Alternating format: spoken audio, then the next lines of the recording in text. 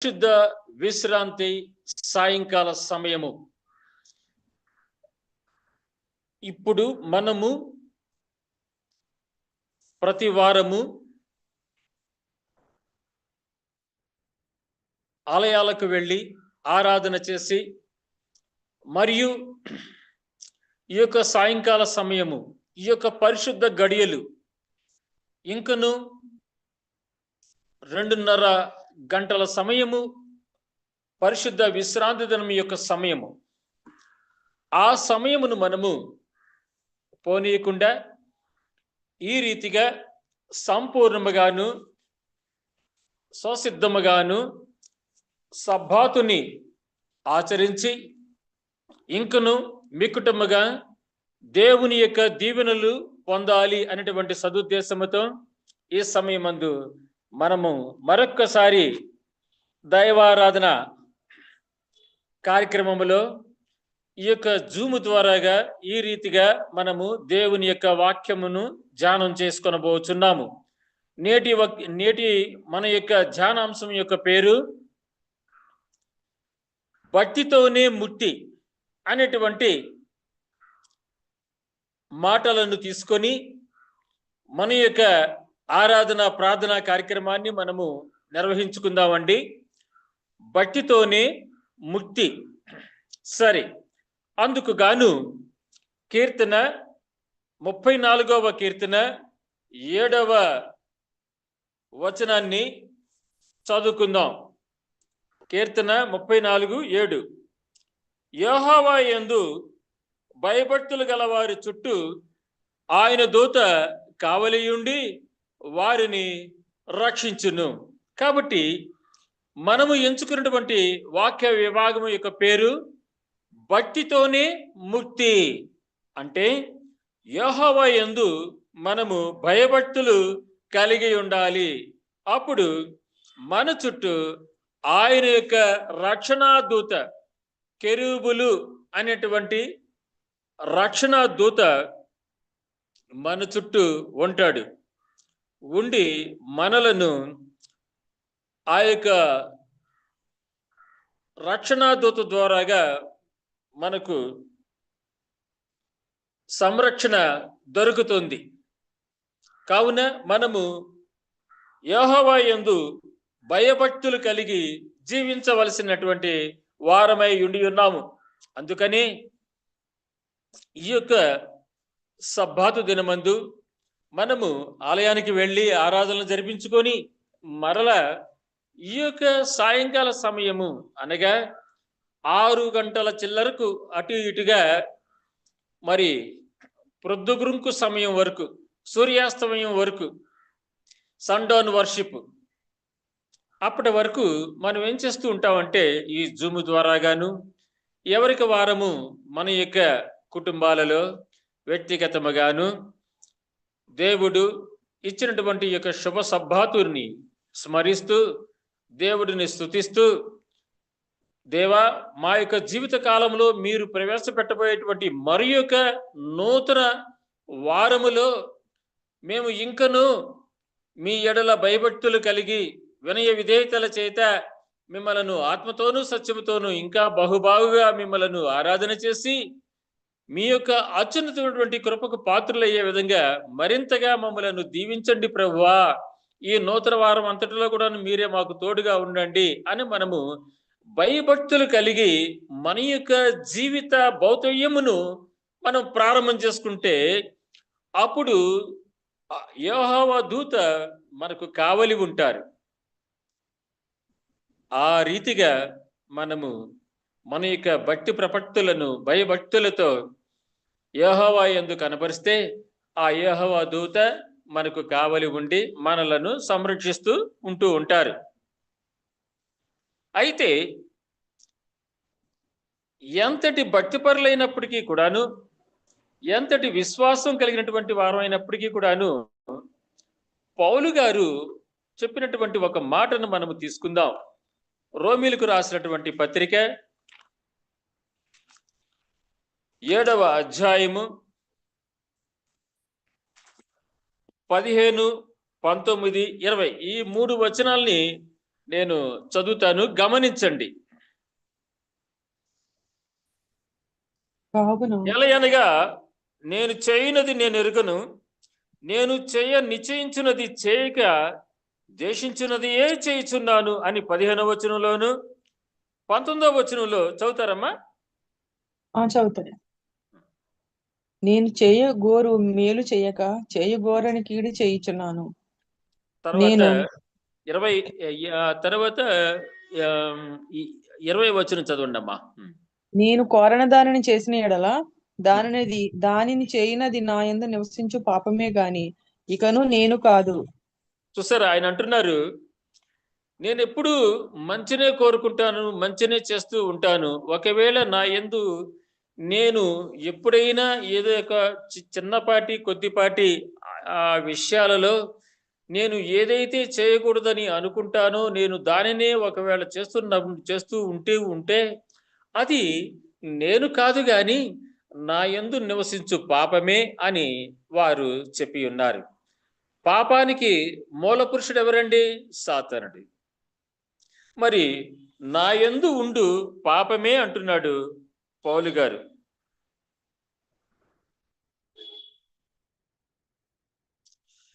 నేను కోరని దానిని చేసిన ఎడల దానిని చేయునది నా యందు నివసించు పాపమే గాని ఇకను నేను కాదు అంటున్నాడు. చూసారా, అంటే ఆయన చెప్పేది ఏంటంటే, నేను కావాలని చేయటం లేదు, చెయ్యను, అసలు నేను కాదు. మరి ఎవరట? ఆయన యందు నివసించు పాపమట. ఆయన యందు నివసించు పాపం ఏంటంటే అది నా యందు అయితే ఒక సినిమా పిచ్చి, నా యందు అయితే ఒక రొయ్యలు పీతలు ఇటువంటి నిషిద్ధమైనటువంటి హేయమైనటువంటి ఆహారాన్ని తినాలి అని కోరుకునేది నేను. కానీ ఆయన అలా చెప్పటం లేదు, అటువంటి విషయం గురించి ఆయన మాట్లాడటం లేదు పౌలు గారు. ఆయన ఏమంటున్నారంటే, చేయనిది నేను కాదు అంటున్నారు, నా యందు నివసించు పాపమే అంటున్నారు. ఆయన యందు నివసించు పాపము అంటే ఏమిటంటే, ఎప్పుడైతే ఈయన కాస్త అనాలోచితంగా ఆలోచన చేసి ఆయన కాస్త అజాజాగ్రత్తగా ఉంటాడో అప్పుడు సాతానుడు ఆయనలో నివసించడానికి ప్రయత్నం చేస్తాడట. అది ఆయన చెప్పేటువంటిది. చేయనది నేను కాదు, నాలో నివసించు పాపమే అంటున్నాడు. పాపమే అంటే సాతానుడు. అసలు పాపమునకు మూల పురుషుడు ఎవడు? సాతానుడే. అసలు పాపం అనేటువంటిది అసలు లేదు. మొట్టమొదట ప్రవేశించింది అతని ద్వారాగానే ప్రవేశించింది. అతనే పాపం. పాపానికి మూల పురుషుడు లూసిఫర్, సైతానుడు. చూసారా, కాబట్టి అతను నాలో నివసిస్తే, నాలో ప్రవేశిస్తే అతగాడు చేయిస్తున్నాడే తప్ప పాపము చేయనది నేను కాదు అని పౌలు గారు నిరాటంకంగా, నిర్మోహాటంగా, యథార్థంగా ఉన్నట్లుగా పౌలు గారు ఆ విషయాన్ని చెబుతున్నారు. మీరు అనుకోవచ్చు, ఏమిటండి పౌలు గారు అంతటి భక్తిపరుడు కదా, అటువంటి వాణిలో కూడాను సాతానుడు ప్రవేశించే అవకాశం ఉన్నదా అని. మీకు అంతకుముందు నేను చెప్పినటువంటి ప్రసంగాలలో నుండి ఒక 2 సందర్భాలను నేను మీకు గుర్తు చేయడానికి ప్రయత్నం చేస్తానండి. యేసుక్రీస్తు వారు, నేను మరణిస్తాను, నేను తిరిగి లేస్తాను, నేను మృత్యుంజయుడినై పునరుద్ధానుడై తిరిగి లేస్తాను, ఇది నా తండ్రి యొక్క చిత్తము, నా దేవుడు, నా ప్రభు, నా యెహోవా దేవుడు నా యందు లక్ష్యముంచి నన్ను ఇచ్చటకు పంపించినటువంటి నా తండ్రి యొక్క చిత్త ప్రకారంగా నా తండ్రి పనిని నేను చేస్తాను, ఇక మీకు మున్ముందు నేను మీ దగ్గర ఉండను, మీకు దొరకను అని క్రీస్తు వారు చెప్పినప్పుడు మత్తయి సువార్తలో ఆ యొక్క పేతురు ఏమన్నాడు? ప్రభువా, అది నీకు దూరమగును గాక అన్నాడు.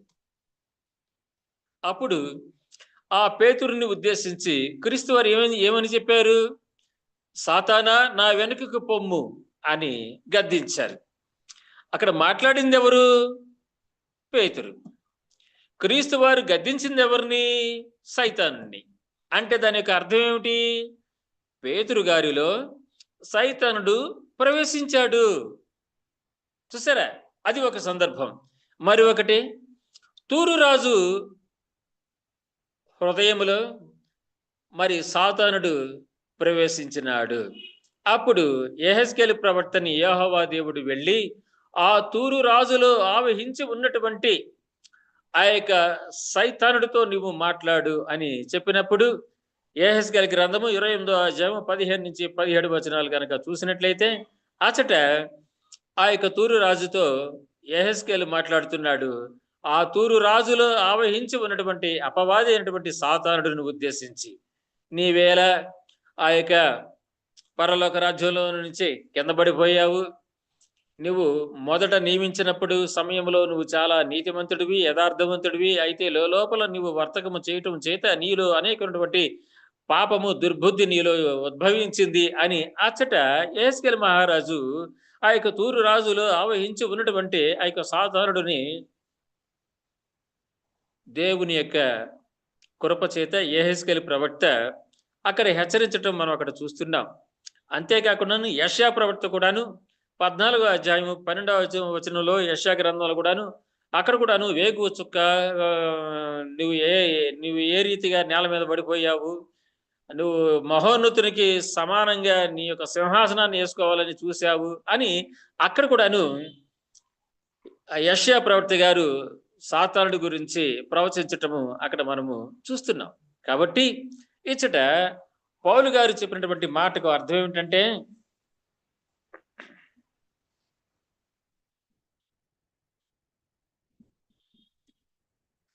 నేను కోరని దానిని చేసిన ఎడల దానిని చేయనిది నా యందు నివసించు పాపమే గాని ఇకను నేను కాదు. 20వ వచనం 7:20 రోమి. చూసారా? అలా చెప్తున్నారు. అది దాని యొక్క అంతరార్థం. తర్వాత క్రీస్తు వారు కూడాను మనుషులను అనగా మనలను ఉద్దేశించి ఆయన చెప్పినటువంటి మహత్తరమైనటువంటి వాక్యములను చూద్దాం. మత్తయి సువార్త 26వ అధ్యాయము, మత్తయి సువార్త 26వ అధ్యాయము 41.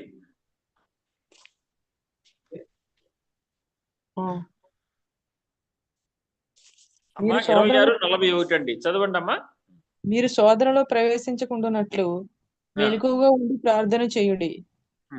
ఆత్మ సిద్ధమే గాని శరీరం బలహీనమని పేతురుతో చెప్పి మరలా రెండో మారు వెళ్ళి, తండ్రి, నేను దీనిని తాగితేనే గాని ఇది నా యొద్ద నుండి తొలగిపోవుట సాధ్యం కాని ఎడల నీ చిత్తమే సిద్ధించును గాక అని ప్రార్థించి తిరిగి వచ్చి వారు మరలా నిద్రించుట చూచెను. ఏలయనగా వారి కన్నులు భారముగా ఉండెను.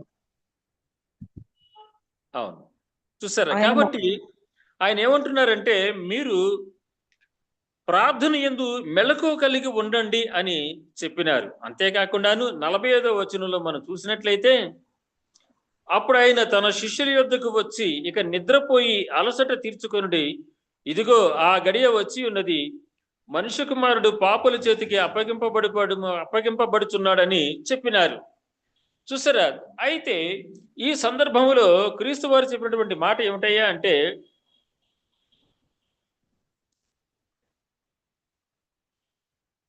మీరు శోధనలో ప్రవేశించకుండా మెలకువగా ఉండి ప్రార్థన చేయుడి, ఆత్మ సిద్ధమే గాని శరీరము బలహీనమని పేతురుతో చెప్పినారు. కాబట్టి మనము ఆత్మ అనగా మనసు, మన యొక్క మనసులో దేవునికే స్థానం ఇవ్వాలని, దేవుని తట్టే ఉండాలని, దేవుని యొక్క కృపకు మనము పాత్రలు అవ్వాలని మనము కోరుకుంటూనే ఉంటాం. కానీ మన యొక్క శరీరం మాత్రము లోకంలో ఉన్నటువంటి రుచులను, లోకంలో ఉన్నటువంటి మత్తులను, లోకంలో ఉండేటువంటి మాలిన్యమును, మన యొక్క శరీరం కోరుకుంటుంది, కానీ మన మనసు ఎప్పుడు కూడాను దేవుడినే కోరుకుంటుంది అని ఇక్కడ క్రీస్తు వారు చెప్తున్నారు. ఆత్మ సిద్ధమే గాని శరీరం బలహీనం అంటున్నారు. అందుకనే ఆ తరువాత పౌలు గారు ఏం చెప్తున్నారంటే, నేను దేవుని యొక్క మహిమలో, దేవుని యొక్క కృపలో నేను స్థిరపడటానికి, బలపడటానికి నా యొక్క శరీరమును నేను నలగగొట్టుకొనుచున్నాను అని పౌలు గారు మరొక చోట చెప్తున్నారు. అంటే దాని యొక్క అర్థం ఏంటంటే, ఆ యొక్క శరీరము ఏదైతే కోరుకుంటుందో వాటిని చేరుకోకుండా జాగ్రత్తగా వారు జీవించటము అని మనము ఇక్కడ అర్థం చేసుకోవాలి. అంతేకాకుండాను రోమిలికి రాసినటువంటి పత్రిక 8వ అధ్యాయము 5, 6, 8 వచనాలని చూద్దామండి. రోమిలికి రాసినటువంటి పత్రిక 8వ అధ్యాయము. శరీరానుసారులు శరీర విషయముల మీద మనసు నుంతురు, ఆ, ఆత్మానుసారులు ఆత్మ విషయముల మీద మనసు నుంతురు. చూసారండి, ఎవరైతే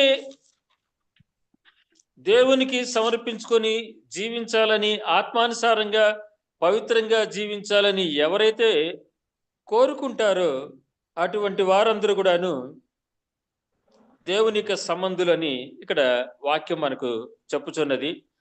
తదుపరండి 6-8 అండి, చదవండి అమ్మా. ఆత్మానుసారమైన మనస్సు జీవమును సమాధానమై ఉన్నది, ఏలయనగా శరీరానుసారమైన మనస్సు దేవునికి విరోధమై ఉన్నది. అది దేవుని ధర్మశాస్త్రమునకు లోబడదు, ఏమాత్రమును లోబడనేరదు. కాగా శరీర స్వభావం గలవారు దేవుని సంతోషపరచనేరరు. చూసారా, కాబట్టి మనము శరీరానుసారముగా గనక మనము జీవించడం మొదలు పెడితే దేవుని మనం సంతోష పెట్టలేమట. అంటే దేవుని యొక్క కృప మనకు తోడుగా ఉండదు అని ఈ యొక్క వాక్యాలు చెప్తున్నాయి. అందుకని నేను చదువుతానమ్మా. అది మత్తయి సువార్త 5వ అధ్యాయం 27, 28 వచనాల ప్రకారంగా మనం చూసినట్లయితే, ఒకడు నాలాంటోడు మోహపు చూపు చూడటం చేత దేవుని యొక్క ఆజ్ఞను బొత్తిగా వెడనాడుతున్నాడని, పాపానికి ఒడిగడుతున్నాడని క్రీస్తు వారు మత్తయి సువార్త 5వ అధ్యాయము 27, 28 వచనాల్లో దేవుడు నాలాంటి వారి గురించి చెప్పి ఉన్నారు. కావున నాలాంటోడు బహు జాగ్రత్త కలిగి దేవుని యందు భయభక్తులు కలిగి జీవించాలి. అప్పుడే మరి ఆ యొక్క యెహోవా దూత కావలి ఉంటారు, మనకు సంరక్షణ అనేటువంటిది కలుగుతుంది. అంతేకాకుండాను మన యొక్క మానవ శరీరాలు ఎప్పుడూ కూడాను లోకం వైపు మొగ్గు చూపుతూ ఉంటాయి, కానీ మన మనస్సు ఎప్పుడు కూడాను పరలోకం వైపే మనలను తిప్పుతుంది. మన యొక్క మనస్సు మనలను గద్దిస్తూనే ఉంటుంది అనేటువంటి సత్యమును మనము మరిచిపోకూడదు. ఇదే రోమిలికి రాసినటువంటి పత్రిక 13వ అధ్యాయము 14వ వచనాన్ని చదువుకుందామండి. మెట్టుకు ప్రభువైన యేసుక్రీస్తును ధరించుకునిన వారే శరీరేచ్ఛలను నెరవేర్చుకొనుటకు శరీరము విషయమై ఆలోచన చేసుకొనకుడి. చూసారా, కాబట్టి అండి మనము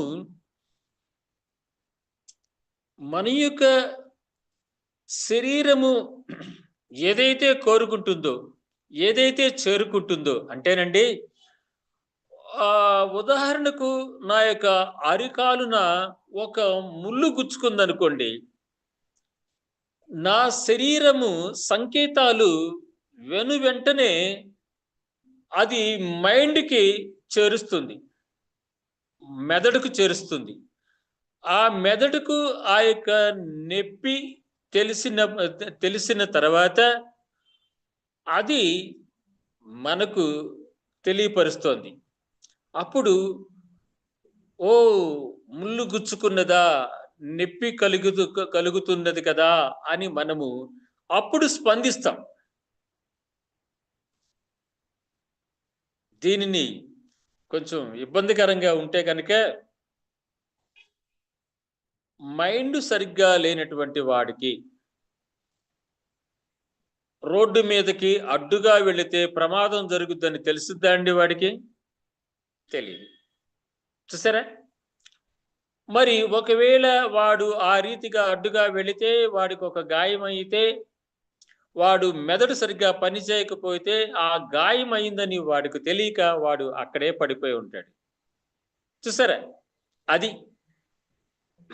సైన్స్ చెప్పేటువంటి సత్యం. అయితే దేవుని యొక్క వాక్యము మనకు దయచేసేటువంటి జ్ఞానం ఏమిటయ్యా అంటే, స్వభావరీత్యా శరీరము బలహీనమైనది, మనస్సు బలమైనది, బలోపేతమైనది. మన యొక్క మనస్సు అనేటువంటిది నిర్మలంగా సరైన విధంగా గనక పెట్టుకొని ఉంటే, మనము శరీరానుసారముగా జీవించకుండా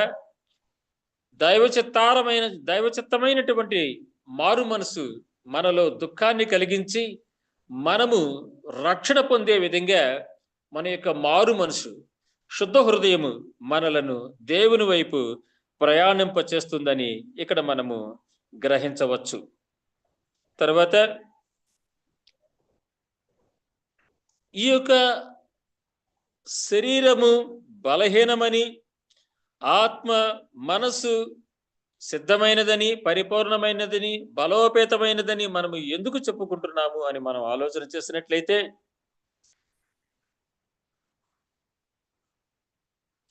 ప్రకటన గ్రంథము 22వ అధ్యాయము, ప్రకటన 22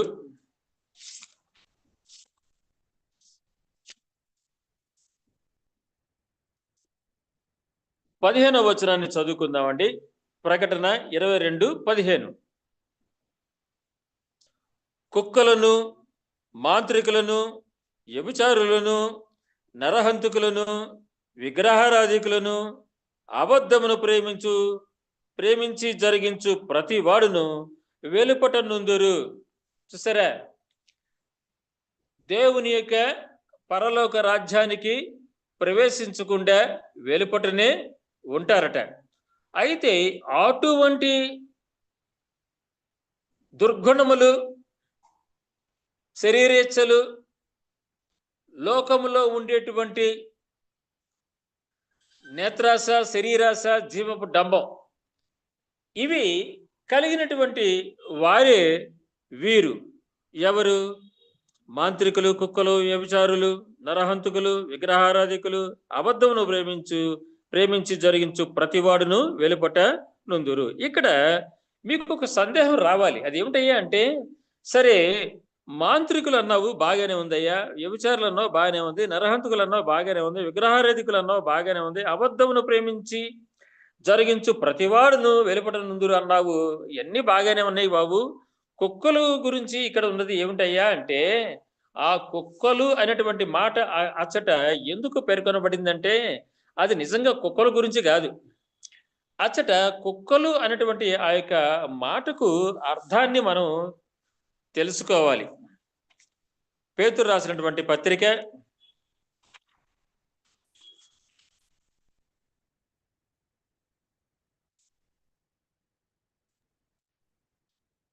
పేతురు రాసిన 2వ పత్రిక అండి, 2వ అధ్యాయము 22వ వచనం అండి, 219వ పేజీ. పేతురు రాసిన 2వ పత్రిక 2వ అధ్యాయము 22వ వచనం అండి, 2:22, 2వ పేతురు. చదవండి అమ్మా. కుక్క తన వాంతికి తిరిగినట్లును, కడుగుబడిన పంది బురదలో దొల్లుటకు మళ్ళినట్లును అను నిజమైన సామెత చొప్పున వీరికి సంభవించెను. అంటే ఇక్కడ నేను త్వరగా అయిపోవాలని 22 చదివించానమ్మా మిమ్మల్ని.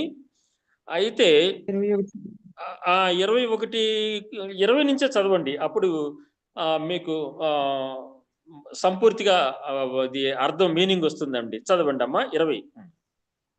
వారు ప్రభువును రక్షకుడైన యేసుక్రీస్తు విషయమైన అనుభవ జ్ఞానము చేత ఈ లోకమాలిన్యమును తప్పించుకున్న తరువాత మరలా వాటిలో చిక్కబడి వాటి చేత జయింపబడిన ఎడల వారి కడవరి స్థితి మొదటి స్థితి కంటే మరి చెడ్డదగును. వారు నీతి మార్గమును అనుభవపూర్వకంగా తెలుసుకుని తమకు అప్పగింపబడిన పరిశుద్ధమైన ఆజ్ఞ నుండి తొలగిపోవుట కంటే ఆ మార్గము అనుభవపూర్వకంగా తెలియకయుండుటయే వారికి మేలు. ఉమ్. కుక్క చదవండి తన అమ్మా. వాంతికి తిరిగి ఉమ్, ఉమ్, కుక్క చదవండి. తన వాంతికి తిరిగినట్లును, ఉమ్, కడుగబడిన పంది బురదలో దొర్లుటకును మళ్ళినట్టు అను నిజమైన సామెత చొప్పున వీరికి సంభవించెను. అది చూసారండి. అది ఒకసారి ఇహలోక మాలిన్యములను తప్పించుకొని కడుగుకొని శుభ్రపడి శుద్ధీకరించబడి బాప్టిజం పొంది యేసుక్రీస్తు వారిని స్వకీయ రక్షకుడిగా అంగీకరించి పవిత్రమైనటువంటి జీవితమును జీవిస్తూ మరలా కుక్క వలె, కుక్కట తన యొక్క తాను వామిటింగ్ చేసుకున్న దానికోసమే మరలా అది దానిని తీసుకుంటుందని మనందరికీ తెలుసు. లోకంలో జరిగేటువంటి ఆ, కుక్క యొక్క దుర్గుణం. ఆ కుక్కలాగానే కొందరు ఏం చేస్తారంట, దేవుణ్ణి ఆశ్రయించి ఆరాధన చేసి ఆయన యొక్క కృపకు పాత్రులయ్యి ఆయన చేత మేళ్లు పొంది కొందరు ఏం చేస్తారు, మరలా దేవుని దగ్గర నుంచి దూరమైపోయి లోకంలో కలిసిపోతారట. అటువంటి వారి గురించి అక్కడ చెప్పబడింది. అనుకోవచ్చు, పేరు ప్రభుకుమారు, వృత్తి పాస్టరు, చాలా ప్రసంగాలు చేశాడు అని నా గురించి అందరూ అనుకుంటారు. అయితే నేను ఇహలోకమును ప్రేమించి లోకస్తుడిగా మరలా నేను వెనుకకు కనుక వెళ్ళిపోతే అటువంటి నేను పరలోక రాజ్యములోకి ప్రవేశించకుండా అబద్ధమును ప్రేమించి జరిగించు ప్రతివాడును వెలపట నుందురు అనేటువంటి దానికి తదనుగుణంగా నా బ్రతుకు పరలోక రాజ్యానికి వెళ్లకుండా అయిపోతుంది. కాబట్టి అటువంటి స్వభావం కలిగినటువంటి వారు పరలోక రాజ్యానికి వెళ్ళరు అని ఇక్కడ ప్రకటన 22వ అధ్యాయం 15వ వచనంలో చెప్పబడింది. అయితే 16వ వచనం చదవండి అమ్మా. ప్రకటన 22:16 చదవండి అమ్మా. చదువుతున్నానండి. సంగముల కోసము చదవండి. మందిరం కోసము ఈ సంగతులను గూర్చి మీకు సాక్ష్యమిచ్చుటకు యేసు అను నేను నా దూతను పంపియున్నాను. నేను దావీదు వేరు చిగురును సంతానమును ప్రకాశమానమైన వేకువ చుక్కనై ఉన్నాను. చూసారండి, ఇక్కడ ఇది ఎవరు చెప్తున్నారు? యేసుక్రీస్తు వారు చెప్తున్నారు. చూసారా, ఎవరి కోసం? ఒక తమిళనాడులో ఉన్నటువంటి యొక్క తెలుగు సంఘం కోసమా, భీమవరం సంఘం కోసమా, నూజివేడు సంఘం కోసమా, నరసాపూర్ సంఘం కోసమా? సంఘముల కోసము అని ఇక్కడ చెప్తున్నారు. అంటే ప్రతి సంఘము గురించి, ప్రతి సభ్యుడి గురించి, ప్రతి విశ్వాసి గురించి ఈ సంగతులను సాక్ష్యమిచ్చుటకు యేసు అను నేను నా దూతను పంపుచున్నాను. ఆయన దూత ఎవరండి? ప్రకటనాకారుడు యోహాను శిష్యుడును పద్మాసు దీపము నుండి పంపిస్తున్నారు. చూసారా, ఆయన ఈ యొక్క ప్రవచన సారములను మనకు ఇచ్చి ఉన్నారు. యేసుక్రీస్తు వారు ప్రేమించినటువంటి యోహాను అనేటువంటి శిష్యుడు ఈ యొక్క ప్రకటన గ్రంథాన్ని పరిశుద్ధాత్మ ప్రేరేపణ చేత ఆయన రాసి ఉన్నారు. ఇచ్చట యేసుక్రీస్తు వారు స్వయంగా యేసు అను నేను అని చెప్తున్నారు. మరియు ఆయన దావీదు వేరు చిగురని చెప్తున్నారు. ఈ మాట యెషయా గ్రంథము 11వ అధ్యాయము 1వ వచనంలో ఈ మాట మీకు అక్కడ దొరుకుతుంది. యెషయి మొద్దు నుండి చిగురు పుట్టును అని ఉంటుంది అక్కడ.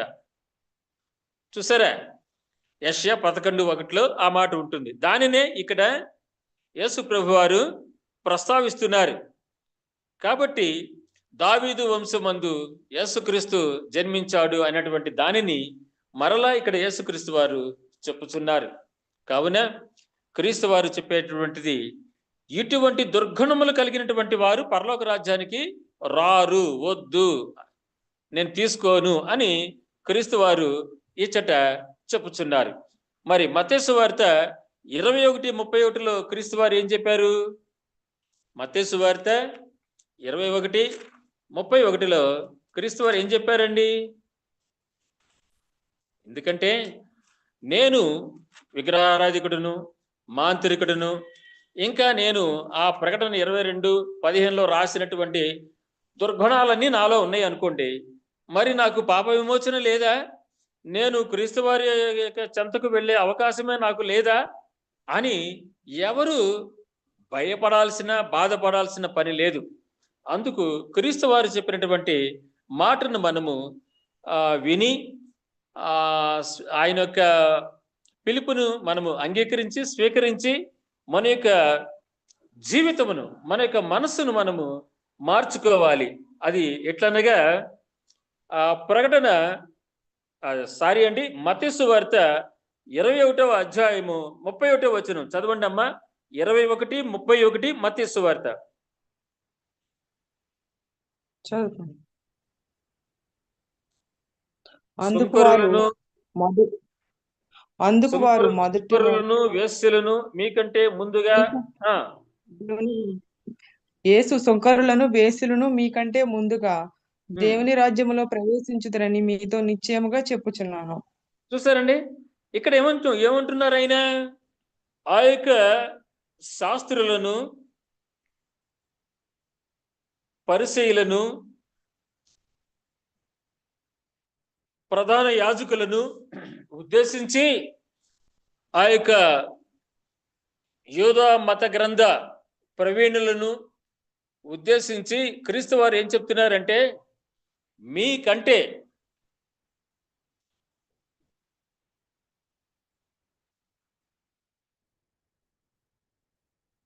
సుంకరులను, వేశ్యలను మీకంటే ముందుగా ప్రవేశిస్తారయ్యా.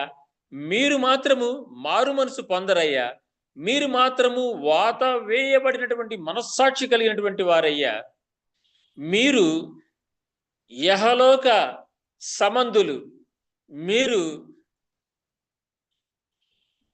దేవుని యొక్క వెలుగైనటువంటి నన్ను మీరు గుర్తించరు, మీరు నన్ను అంగీకరించరు.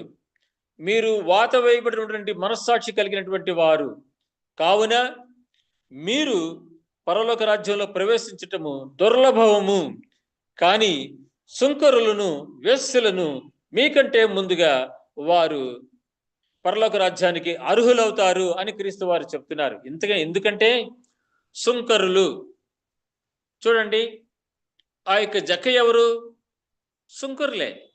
ఆయన ట్యాక్స్ కలెక్టర్ కదా, పన్ను వసూలు చేసేవాడు. మత్తయ్య గారు కూడా ఒకప్పుడు అదే. చూసారా? మరి ఆ యోహాను సువార్తలో 8వ అధ్యాయంలో ఒక స్త్రీ గురించి రాయబడింది కదండి. ఆ స్త్రీ కూడాను ఏం చేసింది? ఆమె పశ్చాత్తాపపడింది, మారు మనసు పొందింది. సమరయ స్త్రీ కూడా ఏం చేసింది?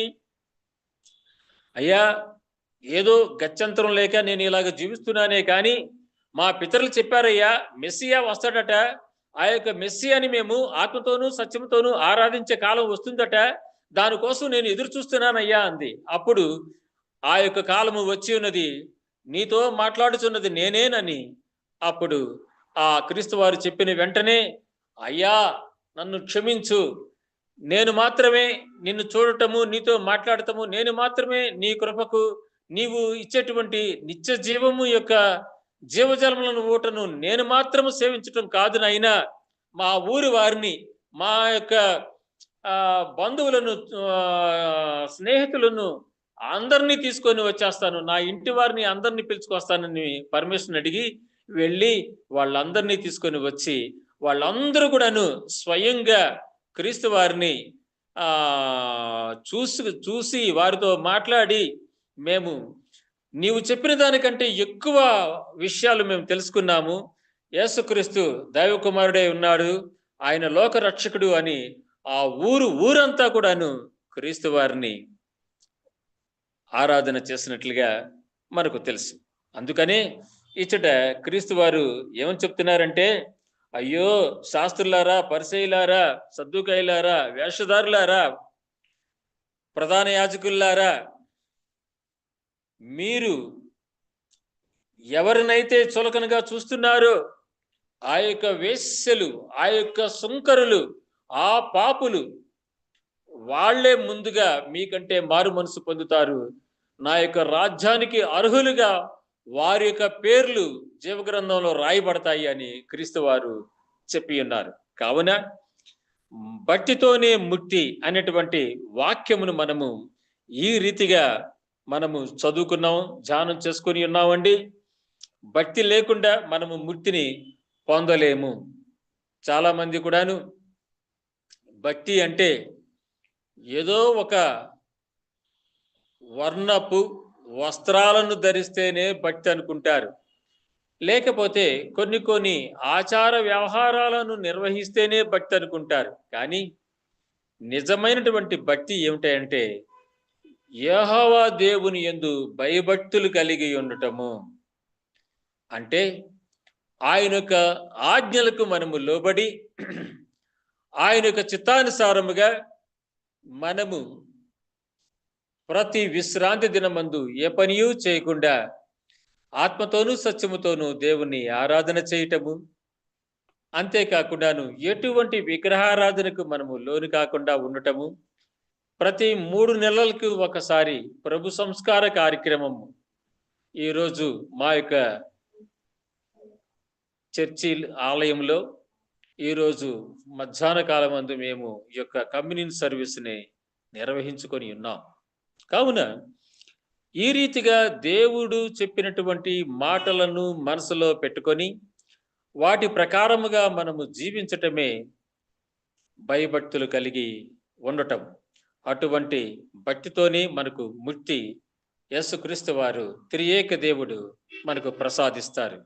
అటువంటి విధముగా మనము ప్రతి విశ్రాంతి దినమందును ప్రతి రాత్రికాల సమయంలోనూ ఈ యొక్క జూమ్ మీటింగ్ ద్వారాగా మనము సమయాన్ని సద్వినియోగం చేసుకున్నటువంటి వారమై మనము ప్రతిసారి కూడాను ఆత్మతోనూ సత్యముతోనూ దేవుడిని ఆరాధన చేస్తున్నటువంటి ఈ యొక్క పరిశుద్ధ సంఘముగా పిలువబడుతున్నటువంటి మనము వధువు సంఘముగా మనము పైకెత్తబడేటువంటి మరి ఆ యొక్క మధ్యాకాశమందుకు దేవదూతల చేత మరి మనము